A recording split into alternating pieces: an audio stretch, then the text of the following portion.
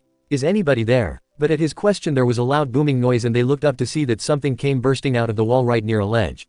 They crashed right into the fence and it broke apart, catching the two like a net. Once the smoke cleared up, they saw that it was the memory versions of Frankie and Robin. "Oh, thank goodness," Brooke cried out joyfully, "you're both safe." "Just barely," Frankie said as he looked up, grinning darkly at finally seeing him enter the memories again.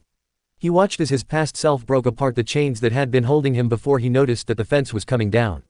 Springing into action, he grabbed hold of Robin and jumped up just as the fence fell, landing safely on the balcony. "Quite an entrance," Zoro said. "Do we want to know what happened?" Frankie scared them all into thinking that he was going to blow up or something and he'd take them all down with him, Robin answered, shaking her head at the memory. Though disgusting, she had to admit that it was funny seeing how scared everyone was. Either way, Frankie grinned. It was worth seeing the look on Spanda's face when he thought he was gonna die. "Hey, Robin," Luffy shouted happily when he saw her up there, now waving to get her attention. "You're still there. Didn't you hear me yelling?" But then they heard Memory Frankie's voice sound off. "I don't have time for you thugs right now." "Weapons left, Marines?" Sanji asked knowingly when he heard the sounds of the bullets going off and bouncing off the walls. "What makes you think I was shooting at Marines?" Frankie asked almost innocently. "I don't know, just a guess," Sanji answered causally. "I guess Frankie's there too," they heard Luffy say before he turned his attention back to getting up there. He jumped down and ran across the roof, looking ready to rocket himself over to her. "Okay, I'll be right over. It's a little far but I can make it," he called to her. But before he could fly off, something stopped him dead in his tracks. "Stop it!" Memory Robin screamed down at him, and startling most of the present-day Straw Hats. "How many times do I have to tell you?" she screamed. "I'm not coming back. I'm not part of your crew anymore." "Robin," Chopper said to their Robin timidly. "Why didn't you want?" "I just didn't back then," she answered quietly, shutting her eyes. "Because I just didn't really understand." "Understand? Understand what?" Usopp asked baffled. Their genius Robin didn't understand something. How was that even possible? But Memory Robin was going on, almost in a rant. "Just go away. I do not want to see your face ever again. Do you not understand? Why did you come to save me in the first place? Why can't you just let me go? I never asked for this. You've gone too far. For the last time, I don't want you here." "Oh, we know, we just don't care," Nami said, giving Robin a frown. "We'll have a long talk about this later, you know." "Yeah, after all the trouble we went through to get here, like we'd leave empty-handed," Zoro added with a roll of his eyes. As for Luffy, when he pulled back his arms to normal, he was looking up at her as she took a deep breath and screamed out, "Do you hear me? I just want to die." Those last 5 words seemed to ring in their ears. The current Robin kept her eyes closed as she thought back to that terrible darkness that had seemed to press in on her very heart and soul that day.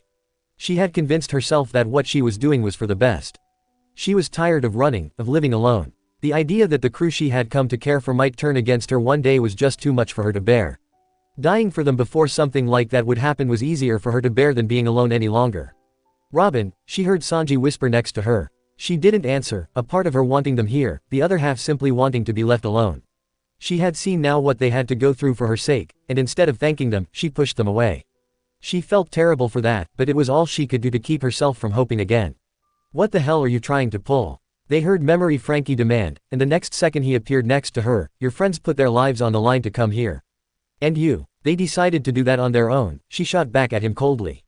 "Well, it doesn't matter," Zoro said, "you were coming back with us one way or another. You just have to accept the fact that you're stuck with us no matter what. So deal with it." Robin smiled as she finally opened her eyes. "I know," she smiled, "it's just a burden I'll have to bear." Memory Frankie was yelling something else at her, but at that moment, he was kicked right to the ground. Kaku had appeared there and was walking out onto the balcony as well, but he wasn't alone. There were 2 others that they hadn't seen in the memory before. One of them was a big, round, oddly shaped man with a zipper across his mouth. He was dressed in formal wear like the others, had well-groomed, green hair and bright purple dimples on his cheeks. The other was a man with a Fu Manchu mustache, pointed goatee, and long hair that was braided in a thick queue that looked a little like a scorpion's tail. There was also a scar running down his left eye and was laughing wildly at Kaku. "What's wrong, Kaku?" he taunted, "venting your anger cause your devil fruit powers so lame." "Who are they?" Brook asked cautiously. "The one with the zipper is Fukuro," Frankie answered at once. "He's the loser whose ass I kicked." "What a moron. And the other would be Jabra or something like that," Sanji said with a bored expression. "He's the one who ate the dog fruit. The wolf model. So he's a wolfman," Brook said at once. "Did they all have devil fruit powers?" "Fukuro doesn't," Frankie said. "And there's another one who doesn't have one either." Chopper spoke up just as Kaku retorted to Jabra to just shut up because he liked his powers just fine. Just then, 3 figures came flying out of one of the lower windows, jumping through the air and landing with the others. Lucci, Khalifa, and another man they didn't recognize. He was huge, with a thick mane of pinkish hair falling everywhere, dressed just as the others were. Him, Chopper yelled, pointing at him. Kumadori. He's the other guy who doesn't have devil fruit powers. Not that he needs them, Nami said, rubbing her neck as she thought back to how he had tried to strangle her with that weird octopus hair. Oh, Khalifa said with a smug expression when she spotted Luffy, all this ruckus for one little pirate. Yo yo, Kumadori called in a slow voice, alone though he may be, his perseverance is certainly admirable. At least they're starting to show us a little respect, Sanji muttered, but still not taking us seriously. Shit, you think they would at least see us as some kind of threat after fighting our way through all this? They probably think that since they beat us easily before, that it'll be the same thing here, Zoro offered. I'll be damned, Jabra smirked, so he beat Bluno after all. He then let out a loud laugh, what a fool. You think that they'd be a little more upset that one of their friend was beaten, Chopper said angrily. I doubt they actually see themselves as friends, Robin countered. They work together, but they don't seem to all get along. Especially Kaku and Jabra. Yeah, those two fight like you too, Usopp said, looking at Sanji and Zoro with narrowed eyes. In that case, I almost feel bad for them having to put up with them, Nami muttered as Zoro and Sanji glared at each other. Being a barkeep for 5 years probably didn't do his fighting skills any favors, they heard Lucci commented. So it would appear, Kaku agreed, but it's still a surprise. Either way he lost. Fukuro spoke up with a laugh, Chapapapa. Yeah, they're losers all of them, Frankie said bitterly. Soulless bastards. Luffy, however, had his attention on Robin as he called up, you want to die? That's right, she answered back, sounding more like the Nico Robin that they met at Alabasta. I just don't get what you think this is gonna change, Nami said, I mean, everyone went through all this, and you think that we were going to turn around and leave because you told us. Didn't hurt, she shrugged. Robin, Luffy yelled up at her, I don't know what to say. But then they heard a laugh. Another person came out onto the balcony, someone that made Frankie and Robin's eyes narrow with anger. A pale man with wavy lavender hair, black markings around his eyes and on his nose that made him look a little like a panda, though he was far from cute. He was wearing a brown studded leather mask that covered most of his face, but they could see that his mouth was twisted into a wild smile, as if he couldn't imagine seeing anything funnier than Luffy and Robin having this argument. Spanda, Frankie growled angrily, wishing that he could break his face all over again. So he's the leader of CP9? Chopper asked, he sure didn't look strong. No, Robin agreed, he lets others fight for him while he sits back and takes the credit. Also the one who called in the Buster call that destroyed Eni's lobby. So he's the one who was really responsible for burning this place to the ground. Zoro asked. Oh, I get it. He blamed all of us on destroying the island, and he blamed the rest of CP9 for letting it all happen when it was all his fault. What an asshole, Sanji grunted. I couldn't have said it better myself, Robin said bitterly. Wow, can he be more pathetic? Spandam called down with that same hysterical laugh, I've got to see the look on his face. But what he didn't expect to see that Luffy was standing there, picking his nose like he couldn't care less about what was going on. It reminded them all of when he and Ace found the truth out of Sabo that he was the son of a nobleman. Sorry, Luffy called up, finger still in his nose, but that sounds dumb to me. He's picking his nose. Spandam yelled in disbelief. He just hates it when people aren't afraid of him when he thinks they should be, Frankie muttered with a smug look. Like he's anything to be scared of. Listen, that won't work. We're already here and it was a lot of trouble. Luffy yelled up at her in an annoyed way, even his memory Robin gave him a bitter look. But then, in the middle of the roof behind him, it was cracking and breaking apart into pieces. And suddenly it blew open, a great whirlwind burst out with the sounds of screaming coming from it. Staring up at that in shock they spotted them. They could see someone who looked like a guard there, but he appeared to be out cold, their focus was all on the two screaming figures. Memory, Nami and Chopper were caught up in the wind, being tossed around like leaves. Oh, the fear, Nami whispered, shaking her head when she remembered when that thing came bursting up beneath her feet. What a nightmare, as if they didn't have enough to worry about without worry of accidentally getting killed by one of their own. How the hell did you two get there? Sanji yelled out in panic at seeing his beloved Nami falling again. He ran underneath her to try and catch her, while Luffy went on speaking as if he couldn't hear anything behind him, we're gonna go ahead and save you. In memory, Nami landed rather gracefully on her feet, but poor Chopper wasn't as lucky, landing hard on his head and back with a crashing sound before Luffy finished, and if you still want to die when we're all back together, well, that's your choice. That doesn't make any sense. Usopp yelled out. Makes sense to him, and that's all that matters to Luffy, Robin answered as she looked at her past self, complete bewilderment in her face. Ow, ow ow, memory, Chopper whimpered as he rolled over and griped his head. Looks like you landed on your head. Are you okay? Past Nami asked him worriedly. Memory, Chopper confirmed that he was just fine, but he asked what happened there. Memory Nami's eyes narrowed into slits as she glanced at the hole. I think I might have an idea of who to blame. What kind of first-class idiot would do something like that? Sanji demanded, ready to kill any bastard who might have hurt his precious Nami. The answer came almost at once when Memory Zoro climbed his way out of the hole, muttering that this was a hell of a lot easier than dealing with those stairs. Of course that the world's greatest idiot would be the first-class idiot who did all this. Sanji yelled furiously, planning on kicking this guy's ass all the way here to the end of the Grand Line. How was I supposed to know they were there? He demanded. We all got here quick, didn't we? What good would that have done if we were killed? Nami yelled as her past self was screeching at him as well. Well, you didn't die, that's what matters. If you have problems with it, it just means that you're alive, Zoro said in a bored way. Why I ought to, Sanji snarled before a separate part of the roof broke open again and they turned to see that it was Memory Sanji this time, flying through the air. Dash bore Stu shoot, and with a few flips he landed stylishly on the ground. And the prince makes his entrance. Current Sanji grinned, his anger fading for the moment, at least until his past self began speaking. I'm the first one here, no doubt about it. I left Robin waiting long enough. Time for her prince too, but he opened his eyes and saw that the others were already here. Moss head, he yelled when he spotted his rival there. What are you doing here? You're gonna ruin everything. Not my fault that you're late as always, the current one stated, and Sanji was practically baring his teeth at him. Finally made it here, Memory Zoro called. Did you get lost or something? Like you're one to talk. Nami yelled, giving their Zoro a hard hit on the head. Don't you have any idea how much trouble you put us through because you can't tell left from right? Memory Sanji looked ready to kill. Whoa, whoa, whoa, whoa. Don't you dare. Don't even go there. That's the pot calling the kettle black, Usopp whispered to Chopper, who nodded before Memory Usopp came flying into the scene. And literally at that, his hands grasped together as if in prayer for his soul, he was sent flying up into the air, like how you would imagine a superhero to do so. I forgot that he could do that. The current Chopper cried out in amazement. I knew he was a hero from the start. Do we want to know how you got up there? Zoro hissed to him as their past selves were looking up and watching him fly. I didn't plan on going up that way, Usopp whispered back, it wasn't by choice. I was going to take the stairs. How is he supposed to land? Memory Zoro suddenly asked, and they glanced up to see that Usopp hung in the air for only a brief second before he slowly fell back and landed right on his face, cracking the cement. OWW, Brook winced sympathetically as Memory Chopper cried out in worry and went running over to help him with the others. Usopp just looked away, with some resentment inside him. He supposed that this must have shown on his face, for Zoro whispered to him, you weren't part of the crew anymore. We didn't have to worry, right? He blinked before he realized he was right and looked down, a little embarrassed as he nodded dully. This isn't funny anymore. Spanda cried from his place on the roof, just go away. Anything that makes him upset is good in my book, Frankie grinned, as Memory Chopper and Sanji worked on trying to pull Usopp out. I'll give up Cola before I let anything go his way. Luffy kept his attention on Robin. Come on Robin, work with me here. He yelled up. You can say what you want. If you want to die or whatever, that's fine. But when you say it as part of our crew. Yeah Robin, he's right, Memory Sanji yelled out. Come back, Robin, past Chopper added, dropping Usopp's feet, who was waving painfully up at her, a few more teeth knocked out. Memory Robin didn't seem to be able to say anything as she looked down at them, but for those who knew her, could see that her eyes were starting to water up.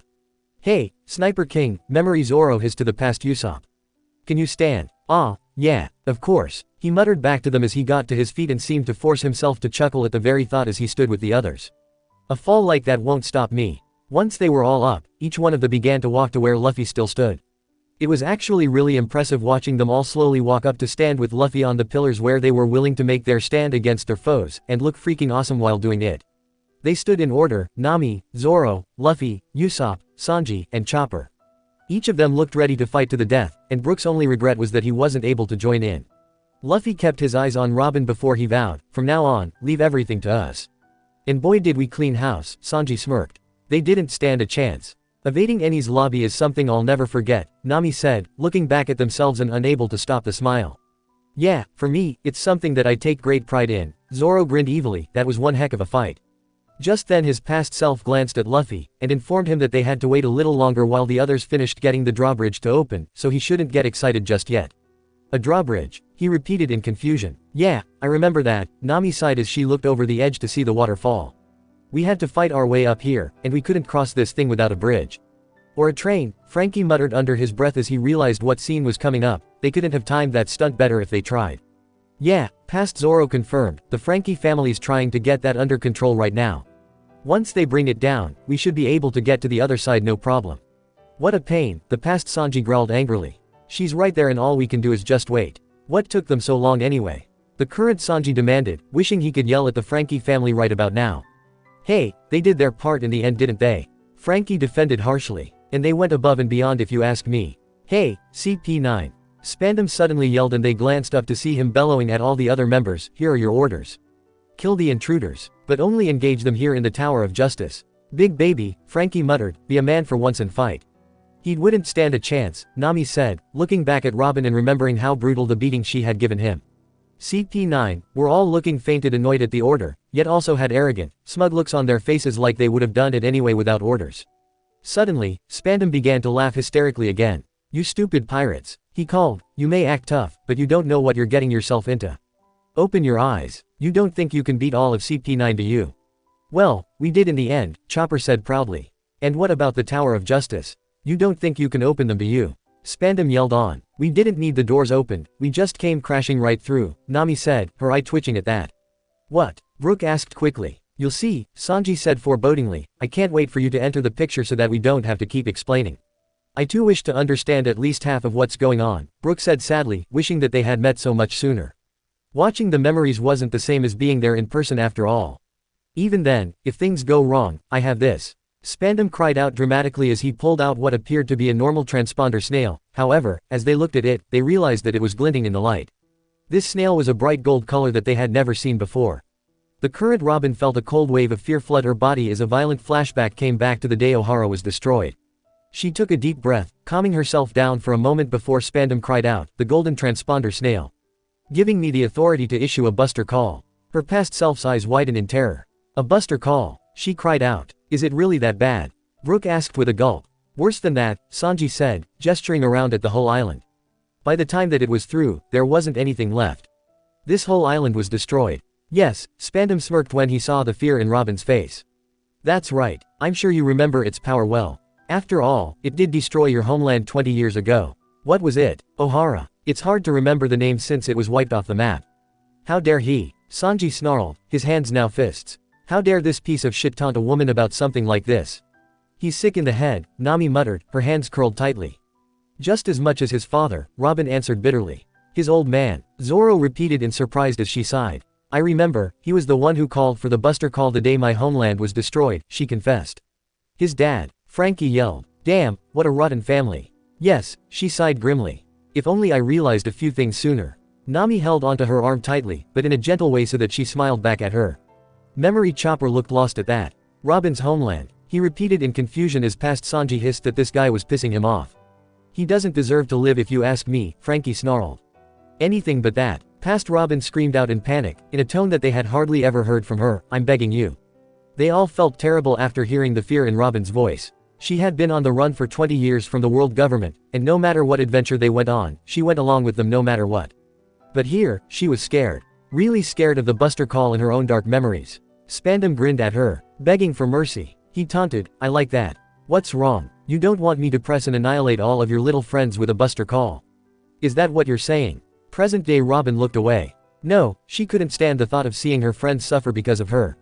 Her past self glared at him. You're insane, she said, if you push that button, do you have any course what will happen?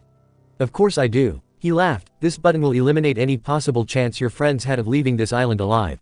All it takes is one little press. It couldn't be any simpler. Bastard, Sanji snarled as Spandam continued to laugh and memory Robin was shaking, whether from fear or anger he didn't know. If you think that, you don't understand a thing. She screamed. Are all those old memories coming back to you now? Spandam asked her. Let's see, maybe I should press it after all. He then held up a finger and pretended to reach for it, it might be fun. If that's his idea of fun, then he really is messed up in the head, Usopp said angrily. He loves to mentally torture people, Robin answered, most likely because he likes to feel like he's better than them. This just shows that some people in the government are worse than any pirate, Nami said shaking in anger. And they claim that it's always in the name of justice. He's just using that as an excuse for him to get his hands on some power, Frankie hissed as Brook wanted to give him a piece of his sword for what he was doing to Robin. This isn't a joke. Stop it. Memory Robin screamed out at him so fiercely that the taunting smile faded from Spandam's face so that he looked annoyed. I'm the one who makes the demands here, wench, he snarled at her. What did he call you? Sanji demanded, his eyes practically burning now. You said that Ohara was wiped from that next map. But your map doesn't show you the lives of the people who live there. Past Robin demanded, shaking her head as the cold words stuck with them all. Your view of the world is so distant, and so twisted that you have lost sight of your humanity. That's the world government in a nutshell, Robin confirmed with a nod, willing to do anything that protects their images. There's a limit to how much you can sacrifice in the name of justice, Memory Robin went on before she seemed to lose her strength and fell to her knees. A buster call is going too far. You can't use it. Anything but that. She was shaking hard, even from this distance, memories tormenting her mind before she finally stood back up and went on. If you trigger a buster call, everything will be destroyed, that includes all of Eni's lobby. She lowered her head so that she wouldn't have to look at him anymore. And most likely, you as well. One good thing, Frankie whispered to himself. Nonsense. What are you saying? Spandam exclaimed out loud. They wouldn't kill a VIP like me. I won't fall for your bluff. I wouldn't bet on it. Sanji yelled. But Memory Robin went on, no longer talking to him, but back to her crew. 20 years ago, everything was taken from me. And many innocent lives were lost. With one push of a button, they summoned a terrible demon. The way she spoke was as if she was telling a horror story, and listening to it was like they could feel what she was feeling. As if her emotions were now hanging in the air, they could feel the grief inside her, all her sadness, all her grief, every single word was like a dagger in their hearts. It hurt so badly that they weren't sure of how to handle that. But Memory Robin wasn't over as she stumbled to her feet and looked down at their past selves. And now it rears its head again, aiming its sights on the friends I searched so hard to find, she confessed, unable to truly look at them in the eye. The more that I wish for us to be together, the more my ugly fate bears its fangs at you. Even now, no matter how far we sail, there's an enemy that haunts me at every turn. Because I'm facing the world. And all of its darkness. She shook her head, every word seemed to just rip a part of her out, but at the same time it was as if she couldn't stop. First it was Aokiji and now CP9. I've dragged you into my troubles twice already. If it goes on and on like this, no matter how kind you may be, she froze for only a moment before she couldn't seem to hold it back anymore and yelled out, someday you'll see me as a burden. Someday you'll be forced to betray me and throw me away. That's what I'm most afraid of. Understand? That's why I didn't want you to rescue me. If that's the only future I have, I'd rather die. To save me the pain. No one spoke as they watched the scene, no one knew what to say. Did you really think that we would betray you someday, Robin? Chopper asked hesitantly up at her. Almost every crew I was on before this one had betrayed me at some point in time, Robin admitted grimly. Sometimes they would fight to hold on to me, because they needed me. But in the end, they got tired of it and threw me away. I wasn't able to truly trust anyone. And I guess that all that bad experience made me afraid that it would happen again. Well, I hope that you learned your lesson from this, Nami said firmly, because I'm sure none of us want to go through this kind of mess again. Don't worry, I promise that I won't let myself get captured again, Robin promised. Meanwhile, their past selves were all looking up at her, with a mixture of emotions, wondering what they could possibly say to that. Spandam was laughing hysterically once again. There you have it. Yep, right on the mark. What a sorry case. Even if you make friends, all you can do is drag them through the mud with you. He laughed again. At least she has friends, you jerk. Current Chopper yelled up. Yeah, no one will give a damn what happens to you. Let alone care enough to risk their lives for you. Sanji added furiously. Present-day Robin smiled a little at that, and was a little surprised when she felt Brook's bony hand cover the other hand that Nami wasn't holding. She looked up at him to see that, if he could be, he'd be smiling at her as well. She remembered the talk they once had about how he had once been insecure that he belonged on this crew as well, and could tell that he understood. You can't win pirates. Look at that flag. Spandam yelled out again, all of them growing more and more sick of hearing his voice, as he pointed above their heads to the world government's flag. This symbol represents the unity of over 170 nations, a power that spans the 4 seas and the Grand Line. This is the world itself. He grinned like a maniac. No matter how loud your bark may be, you can't stand up to an enemy like that. Just face it already. Do you realize how strong our organization is? Don't you realize how devoted we are to capturing her? The whole time, Luffy didn't say a word as he looked at them. As Robin looked at his face, she could see that he really did seem to understand, and she realized with a jolt that he probably understood more than she thought. Sabo. A strange look was in Luffy's eyes. If that's Robin's enemy, then I know what to do, he answered. Without looking at him, he said, Sniper King, shoot down that flag. You didn't, Brook whispered, knowing full well what it meant to attack another's flag. If you're gonna make a statement, I can't think of a better way, Zoro sneered a little. This was gonna be good. Roger, Sniper King, Usopp whispered back, as he raised up his newest weapon that he called the Kabuto. This is my new weapon. A massive slingshot by the name of Kabuto. Behold its awesome power. He cried out dramatically as he pulled a projectile back. Special attack, Firebird Star. He fired, and from it came fire in the shape of a massive phoenix, soaring up through the air. It hit the flag dead in the middle, and a massive ring of fire appeared as soon as it made contact with the cloth.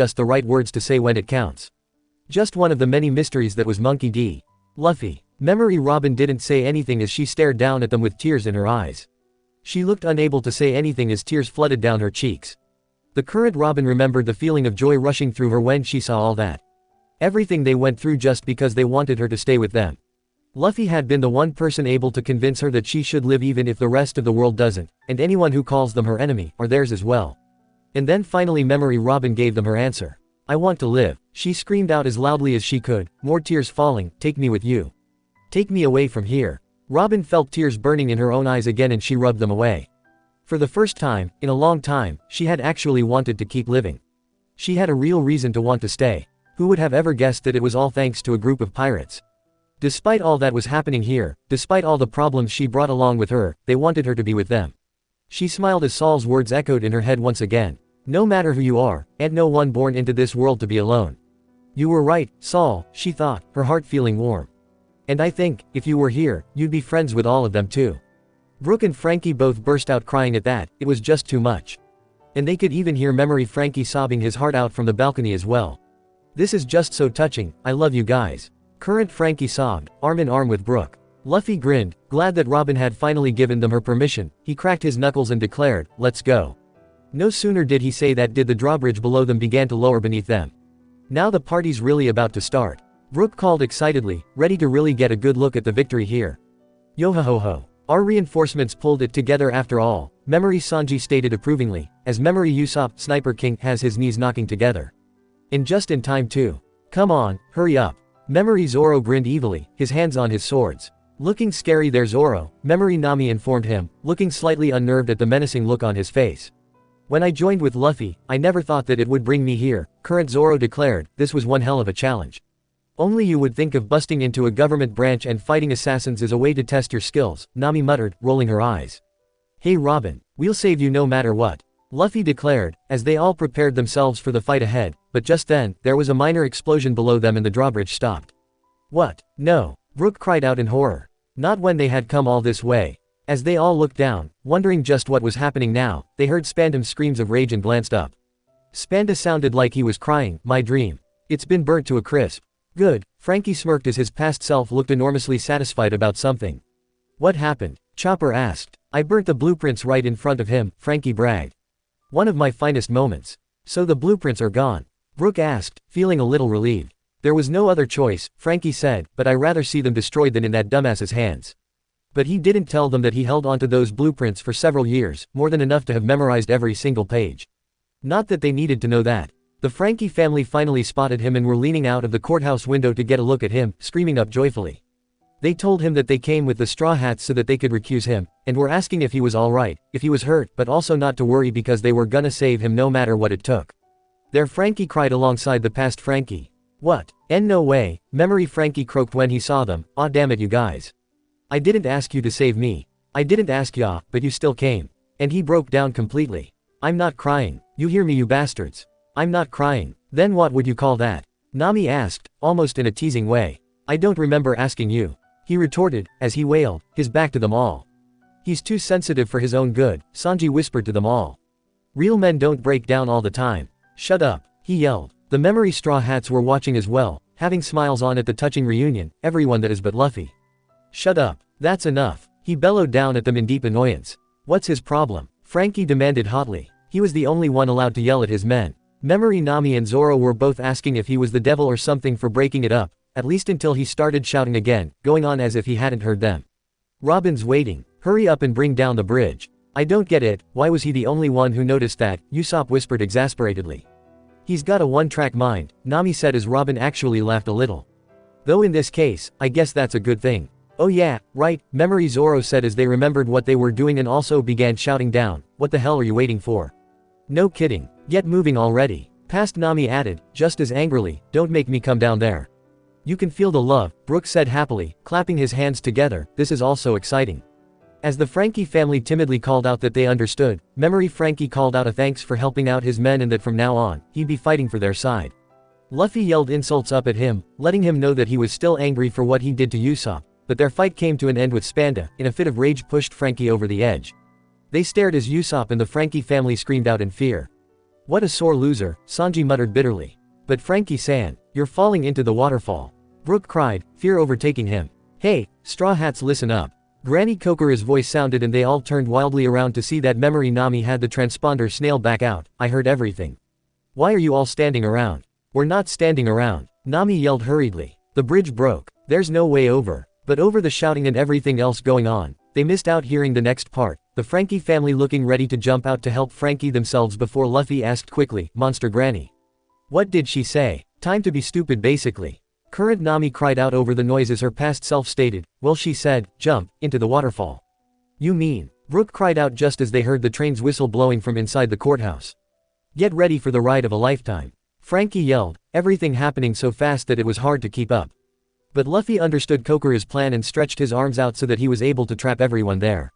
They stared around in horror before Luffy jumped. Let's go. It was sheer confusion for everyone, for all they knew for sure was that they were falling suddenly, and then they could see the Rocketman below them, tearing up the drawbridge as it rode up it like a ramp before it jumped right into the air. You've got to be kidding me. Current Usopp screamed in terror, not missing this memory at all. This was one hell of a way to make an entrance. Present-day Sanji called with a laugh. And one way to leave a lasting impression. Zoro added as their past selves grabbed onto the train as it flew underneath them, all of them hanging on like bugs on a windshield, clinging desperately on, even crashing right into Frankie who landed on Rocketman's nose. It was chaos, but one ride that you were sure never to forget. Over the waterfall they flew, heading straight for the wall, ready to crash right through it, with the weakling trio, and Current Brook, screaming in terror at the top of their lungs, tears flooding from their eyes this time. We're gonna crash, Luffy screamed from the smokestack. Hey, what the hell are we doing? Memory Frankie shrieked with his eyes about to jump out of his head. I still don't know, the Current one yelled in agreement with his past self. Time seemed to slow for just a moment, and then they crashed right into the Tower of Justice, hitting it so hard that the whole structure shook.